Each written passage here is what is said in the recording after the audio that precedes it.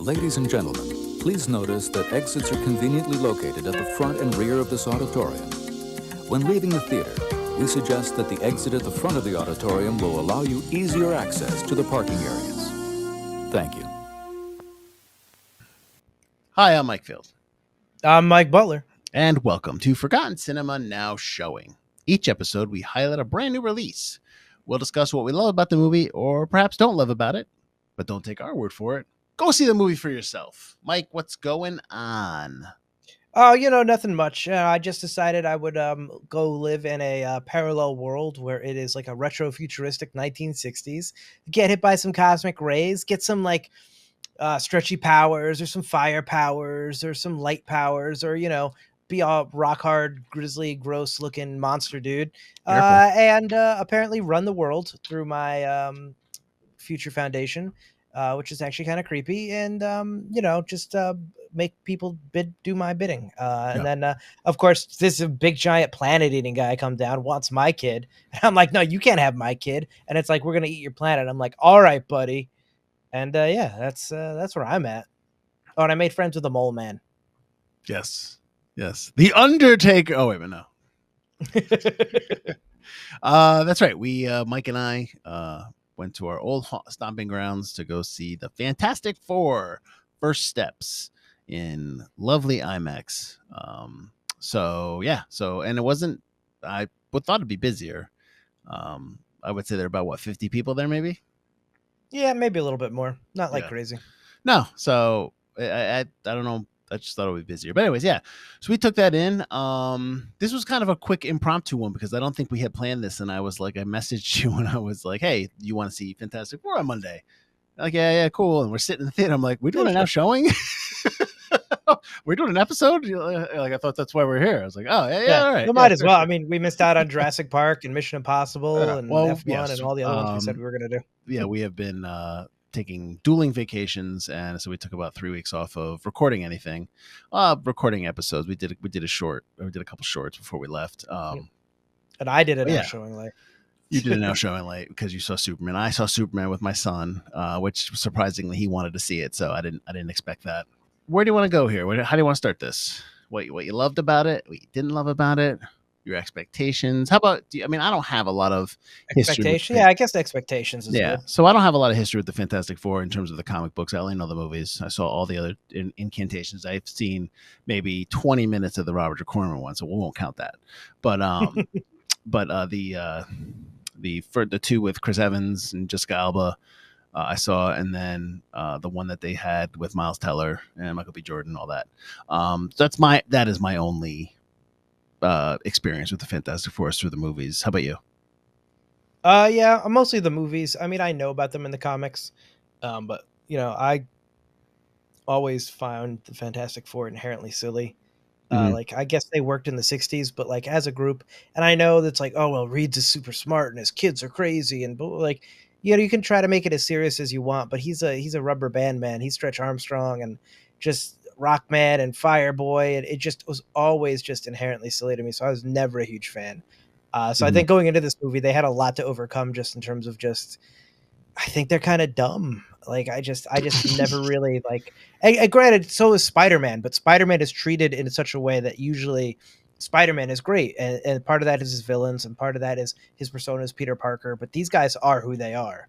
There's no persona. It's very little to relate to. Like I going into this, it's just like the Fantastic Four I know are Marvel's first family and all that, but like I could really give a crap. Like I would go into this kind of more negative in terms of like they're the silliest superheroes that I know everybody loves, but they just had a lot to overcome for me to get over the fact that Okay, so let's start there. Did this movie, did this incantation of the Fantastic Four overcome that as you say, in this film? Almost. The first act, I was like, I'm kind of okay with this. Mm-hmm. And then I would say right after they meet Galactus, it all went downhill from there. It's just, I think that's like, I think you and I was surprised. I was like, wow, we're both like really not talking a lot during this movie because we usually have a lot of an aside. Well, I'm always cracking jokes. I'm cracking, we're always like making one-liners. up until like right after the Galactus gets mad at him and tries to kill him. As soon as she starts giving birth on that spaceship, we started going. So we spent the first, I would say, like good 45, 50 minutes or an hour. I think I don't want to speak for you, but neither of us were really cracking jokes. And then after that, it was just like a lot of jokes, a lot of moaning, a lot of just like, what? So they almost had me. I think they did a good job establishing their relationships with each other. I don't think they did a good job making me care about each and every one of the Fantastic Four. Mm-hmm. We can get into that as we go. But overall, I think they did a good job making me believe they're a family unit, and the production design is great. And other than that, I think this movie is just, if people hate Captain America: Brave New World, I don't see why they should like this when it's got tons of issues as well, almost similar issues as Brave New World. It's no better and no worse than I think that film. I just think it's just another meh film from Marvel. I liked Thunderbolts quite a bit, but I think this one just kind of on the where it lands meter is kind of right there in the meh category again. But that first act is really good. Well, I mean, I enjoy the world, the design. I'm a mid-century modern guy, so that all that stuff was cool, and I love the futuristic style of it. Everything, like, I mean, come on. I mean, I grew up with like the Jetsons and stuff like that, so like that kind of stuff is cool and sleek, and it's kind of cool what to do with like a retro look, but it's like a modern device and whatnot. So all that stuff was interesting. So I enjoyed that. Yeah, I don't know if I'm just marveled out, because I go into all these films with low expectations or not really. I'm not jazzed. I guess I'm not like, there's no juice behind me when I'm like, oh, I can't, let's go see this. And I mean, I never really, I mean, I probably was interested in the Avengers and Endgame and Infinity War and stuff like that. And when they're on TV and I watch them, they're definitely compelling. But they have the luxury of, like we've talked about before, 23 films or 20 films ahead that have built up to this. So I definitely think since then, Marvel on the whole has struggled, just in terms of finding their footing, which honestly is not a shock. It's not a surprise, because you can only be at a high level for so long without some kind of. There's going to be a lag. There's going to be you're just, when you're lost, you just don't have your footing right now, as I said before. So I get it, but like in terms of that's an overarching thing. But in terms of this film, I have a really tough time. I like that it just starts. I thought that's pretty cool. But the banter with like Johnny Storm and I don't even know what's his name again? The thing. Reed Richards. Oh, no. Their whole like little banter back. Yeah, their whole little banter back and forth stuff. Like I have seen that already in the other films, and I've seen it in other movies.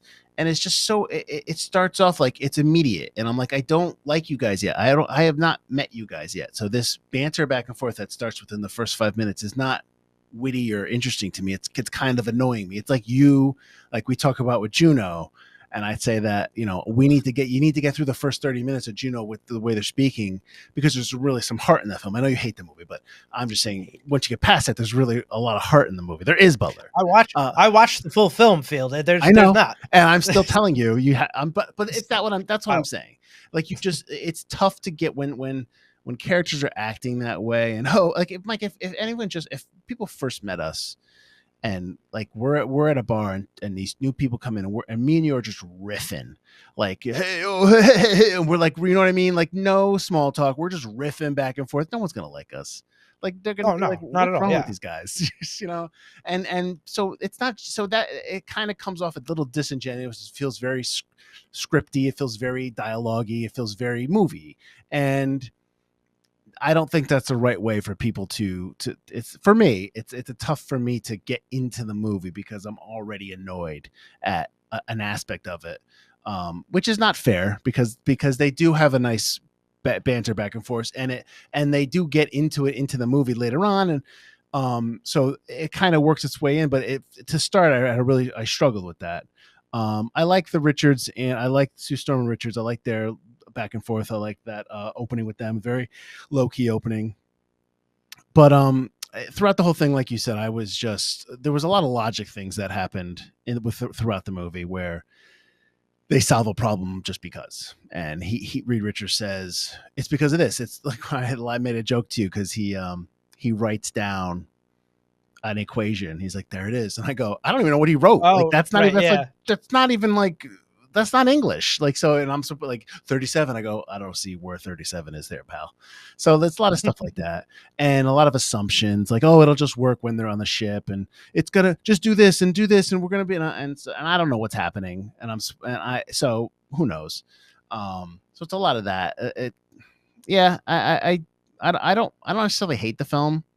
I just was just like, okay, I'm glad I saw it. I liked the way it looked and how they defeated the Galactus. I guess that's okay. But again, with all these movies, Mike, I think we're conditioned for us to think like, okay, what's going to happen next? Where are these characters going to show up next, and how and why, and how's this going to tie into everything else? I think we're conditioned at this point now. Absolutely, especially after they already announced that after Fantastic Four would be the big Avengers Doomsday and then Secret Wars. It's like that's all you can think of is okay, then let's get there, because I think people are sick of these movies and they're ready to get to the next Avengers. Yeah, fix your shit. Like let's get through these phases and get to the next reset, because this one wasn't it, and it just keeps dragging, and they honestly they don't do a good job setting that up in this. The mid-credit scene that you get is, mid.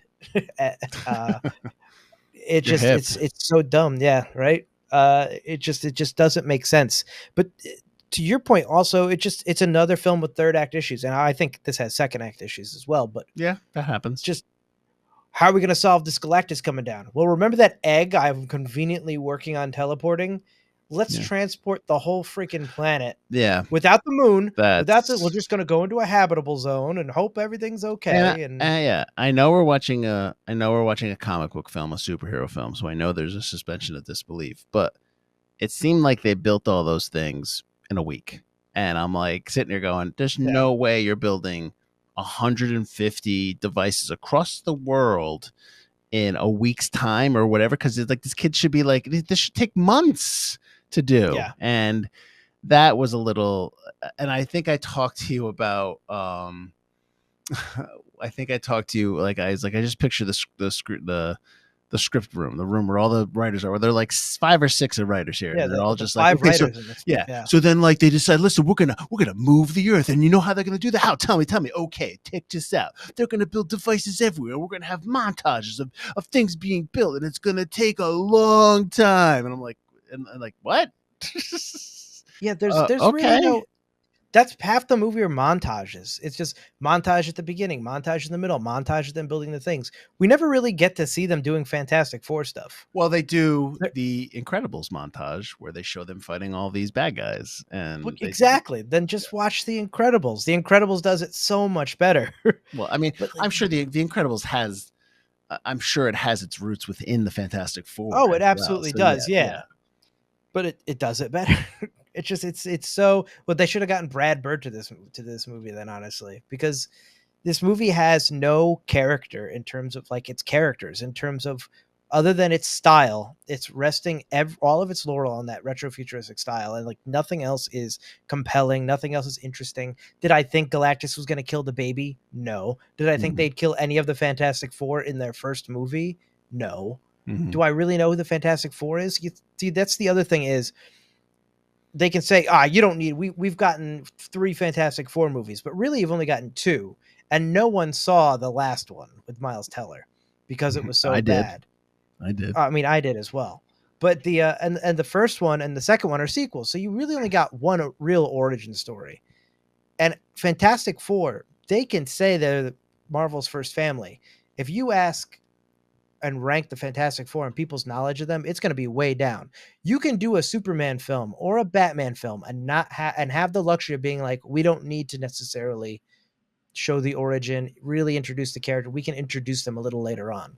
You cannot do that with the Fantastic Four. I don't think they are not the established property that you think they are outside of big time comic book nerds. They just aren't.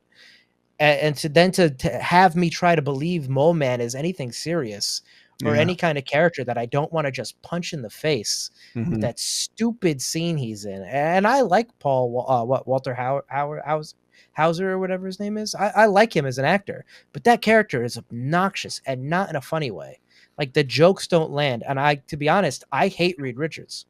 Mhm. I like Pedro Pascal. Reed Richards was incredibly unlikable. And if that's what they were going for with the fact that he's just too smart for his own good, I don't think they did that well either, because I didn't buy that. I just bought him as this unlikable closeted weirdo, like just always just like so into himself.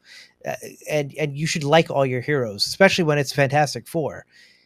Like I think they're trying to go for this irreverence like Superman did.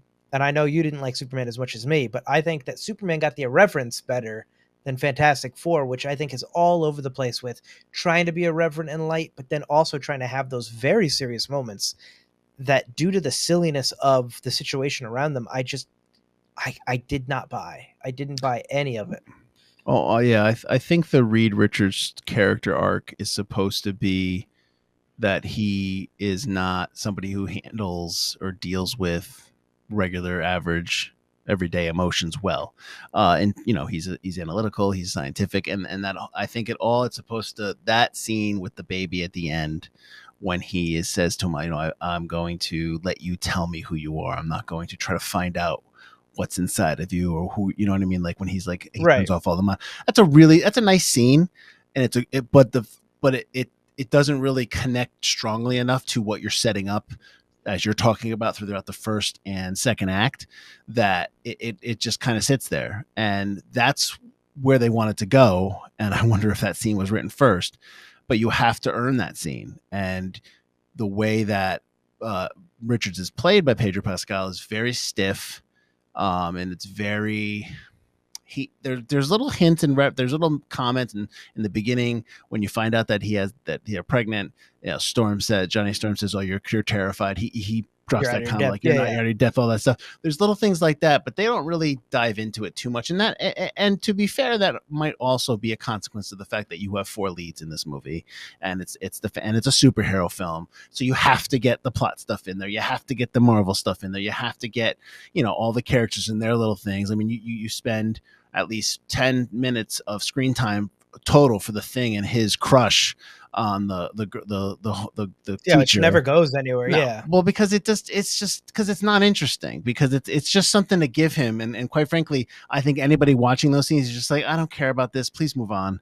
Like nobody wants that, nobody cares about, nobody cared about that when Michael Chiklis played the Thing and he was with the blind woman. I know that's in the comic, nobody cared about that in the movie. So back to my Richards point, to be fair, like they don't, there's not enough time to give it to him. He can't really do that.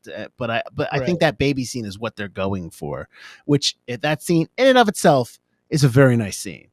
But unfortunately, it's not. There's no strong enough connections to anything else where it can really hit home for people. But if you show that scene, just like, hey, let me show you a scene in the movie, and you show that scene, people will be like, oh wow, this seems really good. I want to check this movie out. I think that's you know what I mean? Yeah. Yeah. So I understand what you're saying. I definitely think, and a lot of these movies and a lot of movies, just a lot of stuff is failed in the script stage. That being said, there's obviously interference. There's obviously executives that come in. There's obviously producers that change things. There's things that get shifted throughout a film, specifically also throughout a Marvel film. As we sit here and talk about this movie and they're shooting Avengers Doomsday, and you hear comments where like the act 3 hasn't even been written, or it keeps being rewritten. Yeah. So it's like, that's Are you coming back? I don't know. It's not written yet. That's alarming. But unfortunately that's kind of par for the course these days for these big films. I feel like that's every post Endgame film. And that's part of what hurts it, is they don't have scripts. That's what hurt Brave New World, because we were able to tell parts that didn't have it done or not. Mm-hmm. I think Thunderbolts worked because Thunderbolts was kind of an offshoot idea, kind of like Guardians of the Galaxy was, which was just like, I want to do this weird thing. Can I do it? And they were like, sure. Yeah.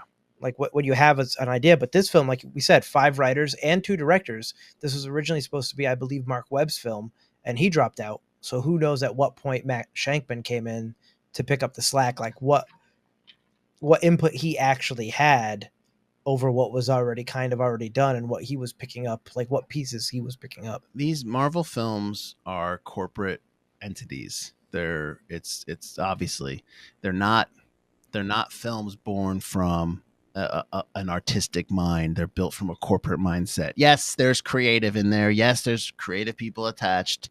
Yes, there are all the same type of creative personalities are in other films, but it's not.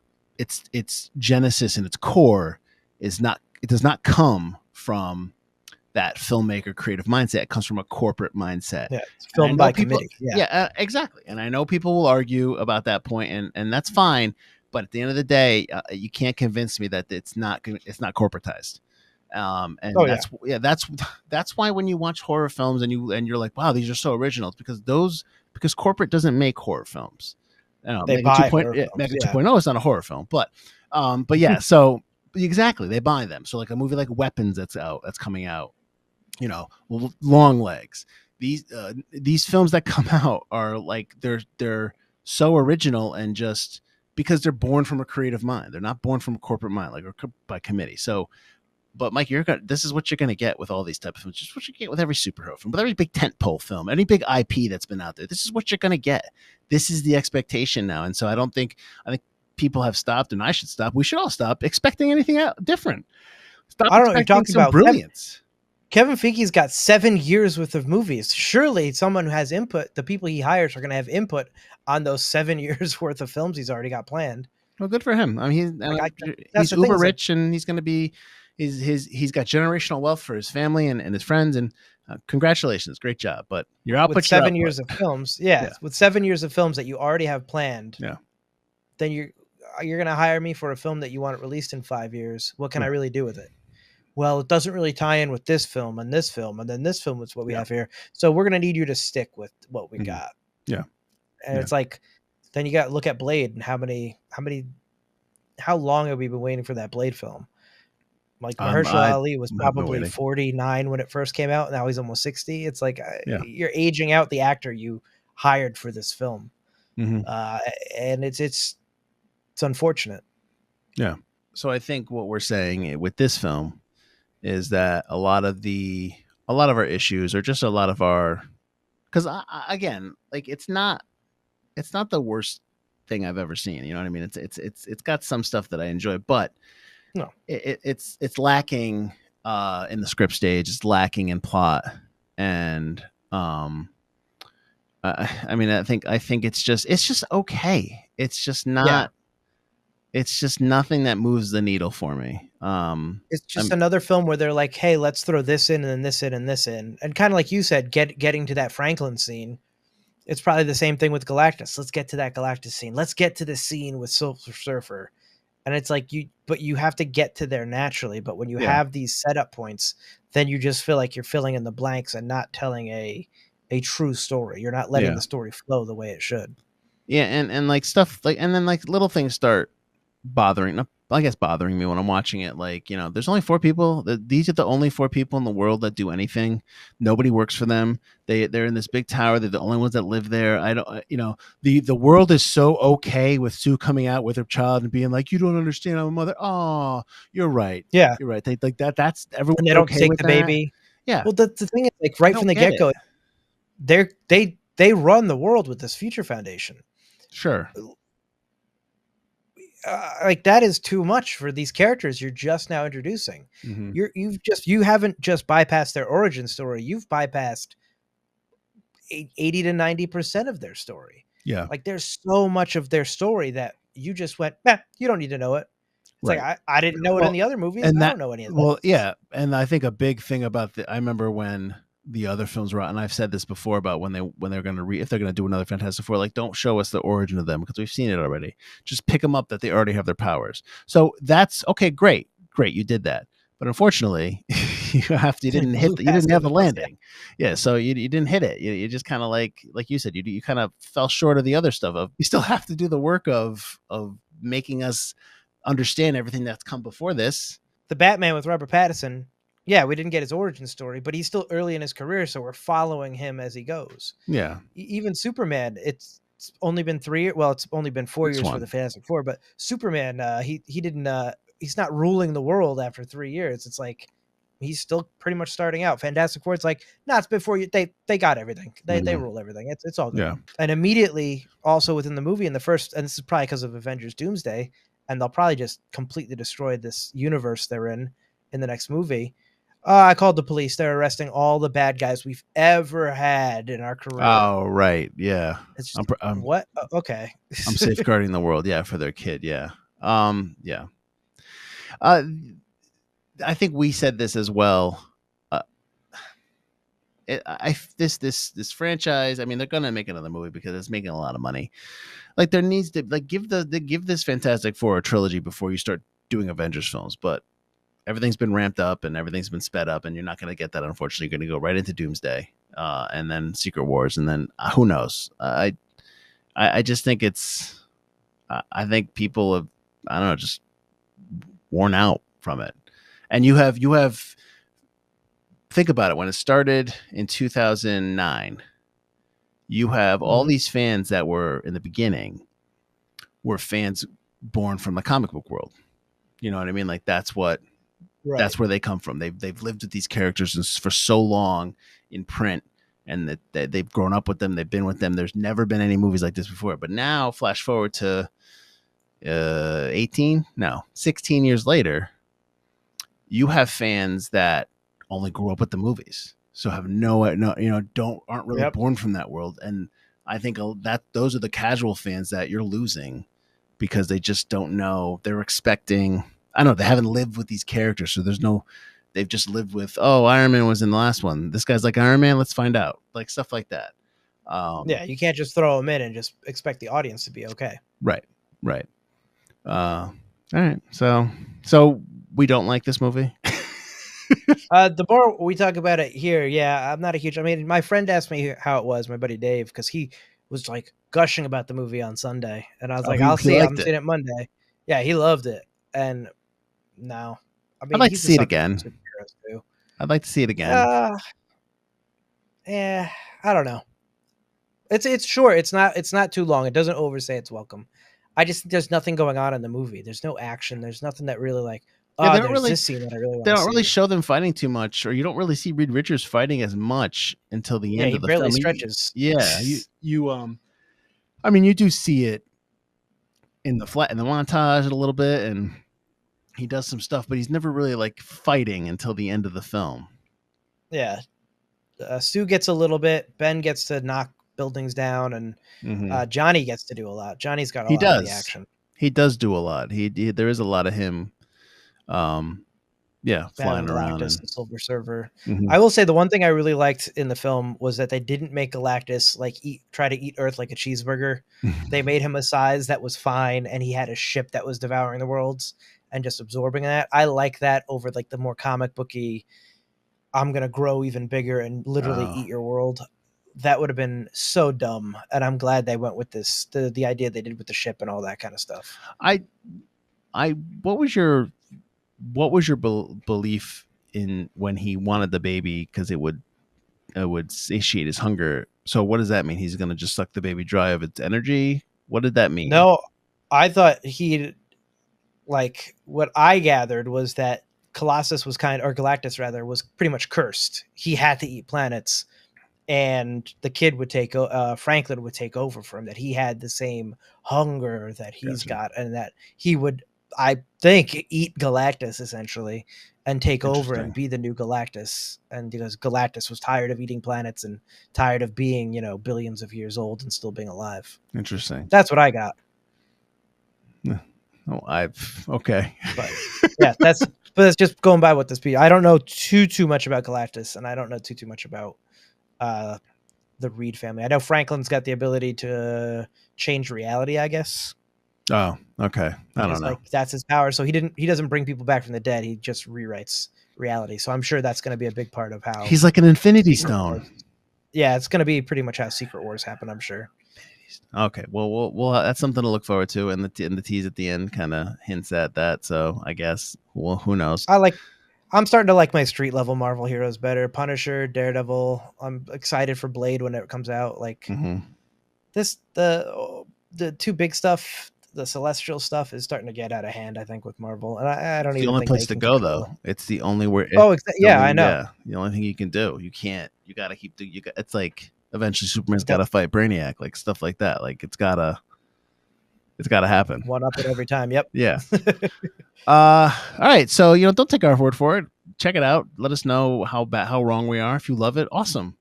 Like I said, we might be jaded, All these are degenerate opinions. viewers. Yeah, Butler we're doesn't like jaded. that. We Butler say doesn't it all like the that. time in Marvel. I was just so with Superman, and I think it's funny that Butler loves Superman. So we didn't get to do that now showing. Yeah, We're not doing we it didn't here. really talk about Superman. Maybe we can No. talk about it a little bit more on Friday. We didn't really talk much about We it. we can chit chat if you want. I mean, we can kind of sit down and chat about it. But yeah, so that's for us, not for you guys. Mike, why don't you tell them where they can find us and what's coming up if you can remember anything that's coming up. So thanks for watching. You can find us at ForgottenCinemaPodcast.com or wherever you get your podcasts, or you're watching on YouTube. Like, rate, subscribe, comment. Let us know what you think of the Fantastic Four movie. If we were wrong, where you think Fantastic Four 2 goes next. Let us know in the comments down below. If you like the show or you want to hear us talk about films that maybe we're not so down on, like Marvel, we do a show every Wednesday, Forgotten Cinema, about forgotten films that seem to be forgotten by audiences, whether they be a more popular movie was released at the same time or the film simply didn't catch on with an audience in its initial run. We discuss what we love about them, don't love about them, fun facts about their production. We always recommend you rewatch them. That's every single Wednesday. Check that out. When I'm recording this, or when we're recording this, Pitch Black is coming out the next day, so that'll just be out. I don't remember what comes out the week after, but it is the start of our season. Everybody wants some. Everybody wants some, which is the start of our season 22. So we got plenty of episodes for you guys to go back and watch. We have more now showings. I don't know what our next now showing is going to be. No, I know Naked Gun's coming out, but that's just going to be a bunch of it's too lines. soon. So I don't think that'll make a good now showing. No, I think we're going to be mapping out the rest of the year for us in terms of now showings and potential lead ups and look backs and whatever. So that information will come. So yeah, we don't know yet. But we do have lead ups. A good thing. We have the lead up series where we talk about films leading up to a big release, like if they had prequels or films before the series. We've got our Patreon where we have our look back series. We have special episodes there, merch discounts, all that. If you like the merch store, Field's not wearing his protagonist shirt. It's pretty. Sorry. Okay, yeah, That's fine. It's a Bayside. It's a Bayside Tiger shirt from Saved by the Bell. I saw it was a gray shirt, and I was like, "Does it say protagonist on it?" But we got merch shirts and stuff in the store. We've got that. All those links are going to be in the show notes. Check those out. Check out our show. Thanks for watching. Thanks for listening. Yeah, we'll see you guys later. Thanks a lot. I'm Mike Butler. Oh, I'm Mike Field. And this has been Forgotten Cinema, now showing. Correct. Fantastic Four. Will the sequel be called Second Steps? Even more steps. Yeah. First steps. And then the third one's going to be Jesus. This is a lot of steps. We're running.